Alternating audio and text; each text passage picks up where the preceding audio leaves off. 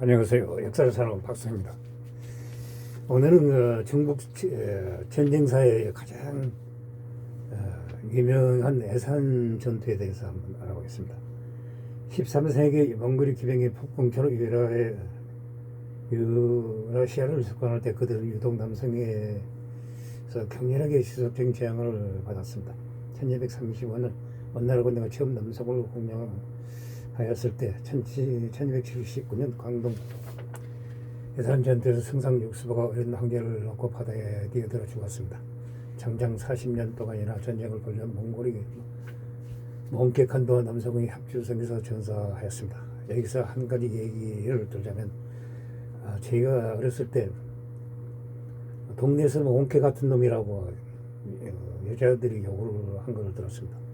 몽케라는 말이 무슨 말인가 해서 지금까지 나이가 들어가면서 이 몽케칸이 고려를 지배할 때 가장 악랄하게 했다고 합니다. 그래서 그 몽케란 말이 여기서 나오지 않느냐 그렇게 생각해 봅니다.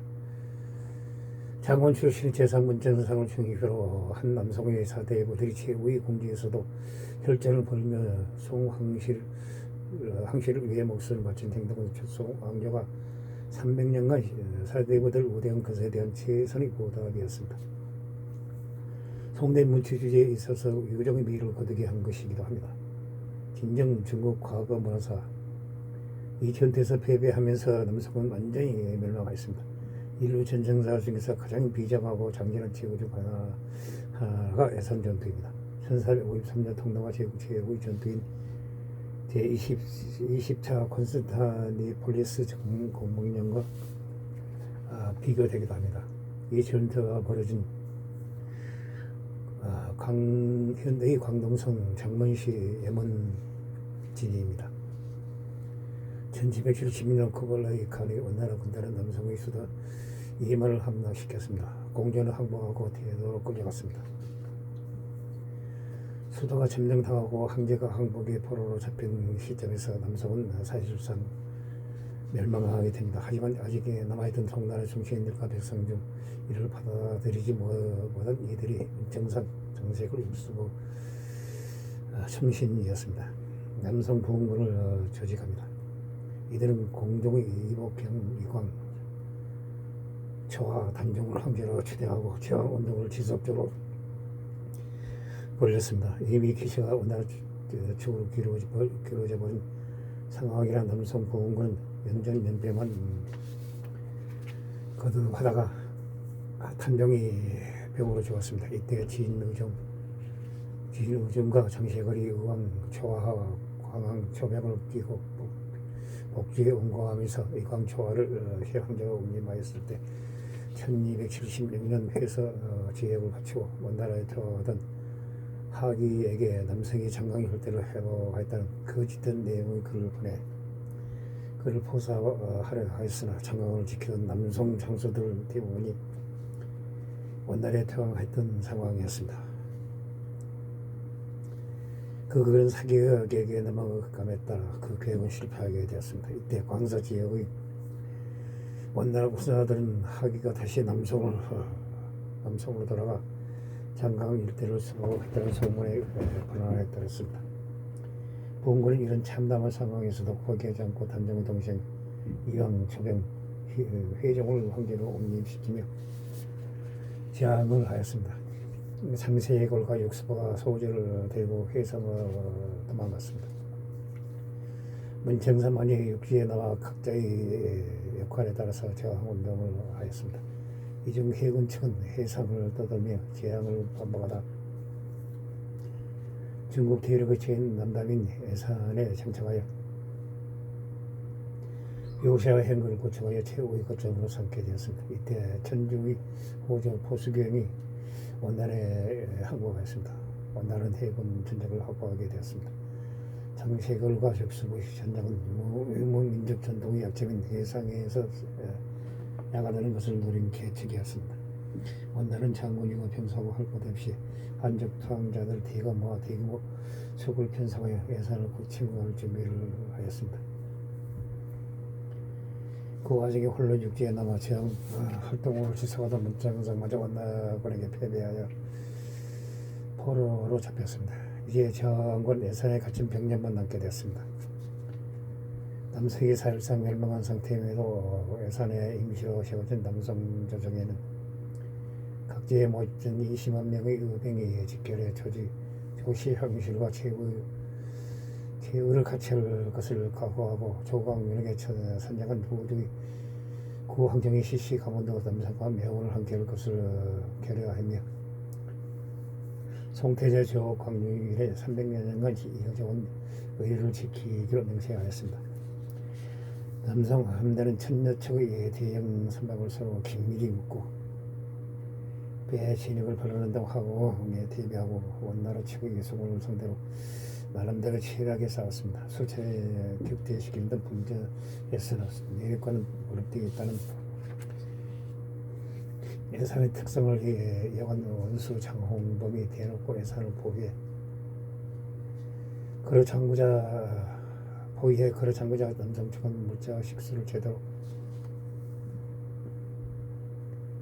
공급받지 못해 금리린과 탈수에 시달렸습니다.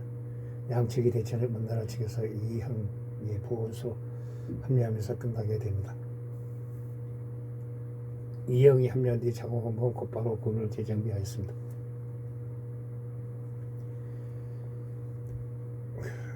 3월 18일 저녁 그칠 늘 첫정으로 각 함대의 합보 사용을 금지시키는 한편 함대를 자신이 이끄는 본대와 그 위에 선명의 지휘관들이 이끄는 세무도가 나라 사방으로 보위를 지속시키게 하였습니다. 다음날 아침이 되자 함대를 돌게 시켰습니다. 질병과 폐하로 이미 힘이 빠진 송의수군은 원 함대의 대우에 제대로 대응할 수 없었습니다. 이들에게는 원 함대에 서서 올린 화살만 쏟아졌습니다. 남성 병사들은 쏟아지는 화살에 맞아 죽거나 부상당하여 혼란에 빠지기 시작했습니다. 결국 붕괴되었습니다. 배를 묶어놓은 상태로 호텔조차 할 수 없는 상황에서 원의 병사들이 성의 함대로 뛰어들어 근접 전투가 벌어졌습니다. 그 결과 대규모의 학살이 자행되었습니다. 수만 명에 달하는 남성 병사들이 학살을 당하나 물에 빠져 죽었습니다. 절망한 남성은 수뇌군은 차례로 자살을 하였습니다. 이에 장세군은 대세가 기운 것을 깨닫고 정예병을 중원에 집중시켰으며 육수와 소제를 때우게 하였습니다. 최후의 돌발로 계획한 것이었습니다. 그러나 육수군은 배 안에서 어린 황제에게 제왕학의 결혼서인 대학을 강단하고 있었다고 합니다. 폐별을 막을 수 없었음을 깨닫고는 결국 어린 황제와 함께 바다에 투신해버렸습니다. 황제의 어머니 양태호는 구치로 됐지만 그녀도 절망하여 바다에 뛰어들어 죽었습니다. 남성 함대를 이끌던 장유색은 끝까지 살아나와 대우로 망명의 후위를 기약하려 했습니다. 태풍이 불어닥쳐 남성 최후의 함대와 함께 익사했습니다.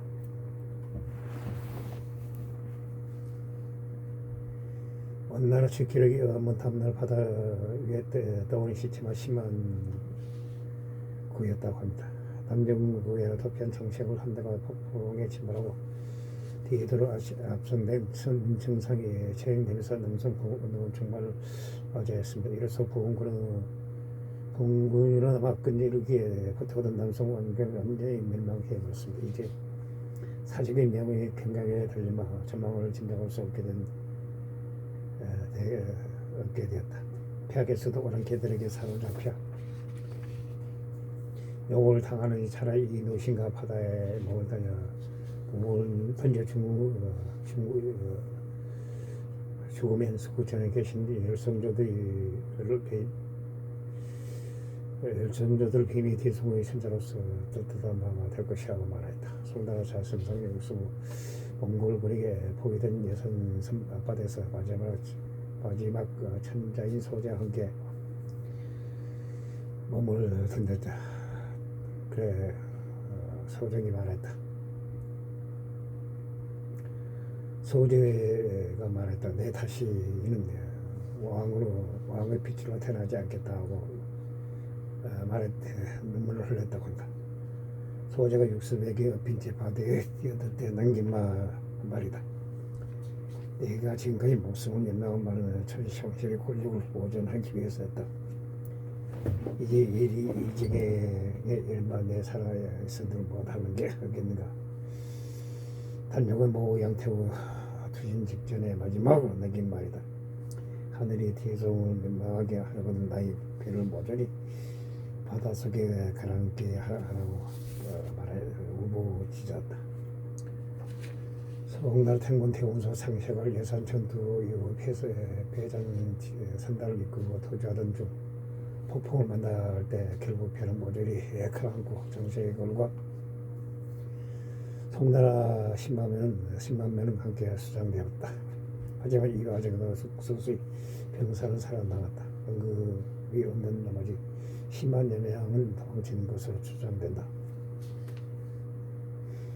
문천성 예산 전투 이후 고속된 상태에서 우리나라의 회의를 거절하고 끝까지 성의 신화로 길을 선택해 진행당하면서 남긴 말이다. 검은 돌을 만든 전이 갈라지고 말이 장강을 마시어 장강이 말라버렸다. 우리 왕조의 100만 점포는 붓게 물들었다. 모조리 강난 남녀들이 필요다. 원나라 장수 장호범이 남긴 문집인 해양집에서 예산전투를 회상하며 치은 시이다. 예산전투부터 대략 60년 뒤 몽골 제국이 사방으로 쪼개지고 나라 사정이 엉망이 된 원나라 말기에 강남, 호주, 지방에 떠돌이 가난뱅이 농부인 조사란 사람이 있었다. 조사사라의 사람이 명이 있었다. 아들과 딸이가 간에 전부 하찮는 아들과 딸이 전부 하찮는 집안의 농부였다. 셋째가 춘치, 넷째가 춘팔이었다. 하나같이 받을 것 없던 집안에서 유달리 귀인이라고 부를 세 사람이 있다고 합치면 바로 조사 영검이 장인 어른이자 춘팔 형제에게는 할아버지가 되는 진시 노인이었다. 그 노인은 죽었을 때 나이가 100살 가까운 99세였다고 한다. 죽기 전까지 해도 허리가 꼿꼿하며 긴 흰수염을 길렀다고 한다. 막내인 춘팔에게는 어머니가 가끔씩 해준 이야기만이 기억에 남아있었다. 노인은 수십 년 전에 몽골에 맞선 전투에서 참여하였다. 당시는 몽골이 남성을 위련하여 수도마저 함락하고 대충 정상도 사로잡혔을 때였다. 진시 너는 정책을 휘하여 1200월 걸 끝까지 따랐다. 어린 황제와 대신 육수보다 바다에 빠져 목숨을 버린 것처럼 그 역시 배를 터친 태풍에 휘말려 바다에 빠져 죽기만을 기다렸다. 여행이 살아남아 온갖 고생 겪고 고향으로 되돌아왔다. 그날의 기억은 늙은 노인에게 평생의 자랑이었고 또 영원히 사라지지 않는 깊은 상처였다. 노인이 눈물을 머금은 채 엔지를 얘기할 때면 같은 이야기를 몇 번이고 들은 사람들 역시 똑같이 눈물을 흘렸다고 한다.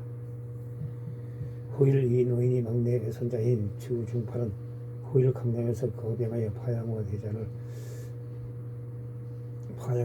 거쳐 명단을 세웠다. 수십만 대군을 바로 대도로 쳐다가 원나라를 망시켰다. 그의 다른 일이 바로 홍무제 주원장이다. 예산 전투로부터 90년 그 당시 끝까지 황자의 어느 남성 한족 병사의 손자가 계획이 남성을 씌워삼킨 영웅 민족의 대적을 끌어들이고 다시 한족의 나라를 세웠던 것이다.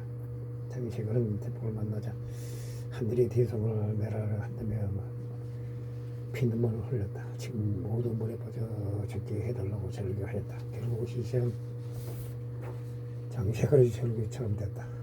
하늘은 그 와중에도 기어이 한 사람을 살려 그 사람의 후손으로 하여금 대성을 멸망시킨 대원을 멸망하게 했다. 이것을 과연 역사의 아이러니라고 해야 할지 아니면 정말 하늘에게 뜻이 따로 있어 천명이 있다는 것이니 후세 사람으로서는 알 수 없게 만들고 있다. 사실 하나라도 돌이켜보면 결국 진나라가 철저하게 짓밟아 멸망시킨 초나라 보선 유방이 세운 나라다. 초나라 백성들이 진나라에 대한 적개심이 워낙 컸다. 초나라 사람이지만 남는다 해도 진나라를 멸망시킬 것을 초나라 사람이라는 말까지 나타났다. 사기 기록을 신뢰하면 전국 60만 군사를 다 끌고 온 진나라에 와서 초나라도 70만에 가까운 초나라 전역의 군사를 총동원해 나섰다고 하니 기록만 전해지지 않을 뿐이다. 유방의 가족이라 유방의 본인도 전쟁의 아버지처럼 최후의 전투에 참여했다고 볼 수 있다.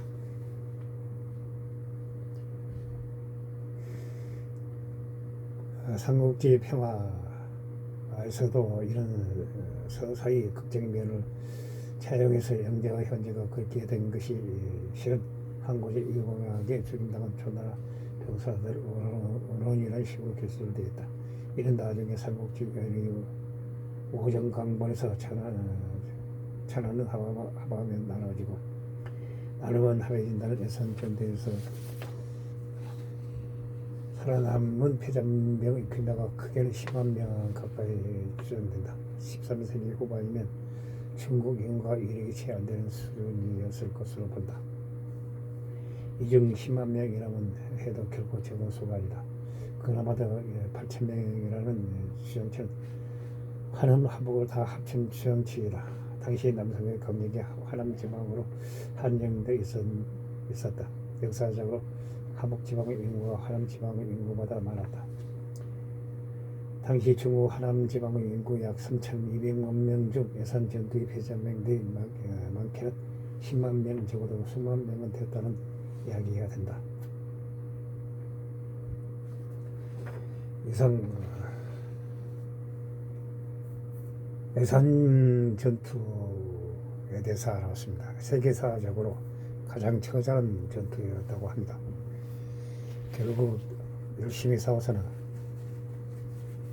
원나라 제국에 결국은 멸망하고 말았습니다.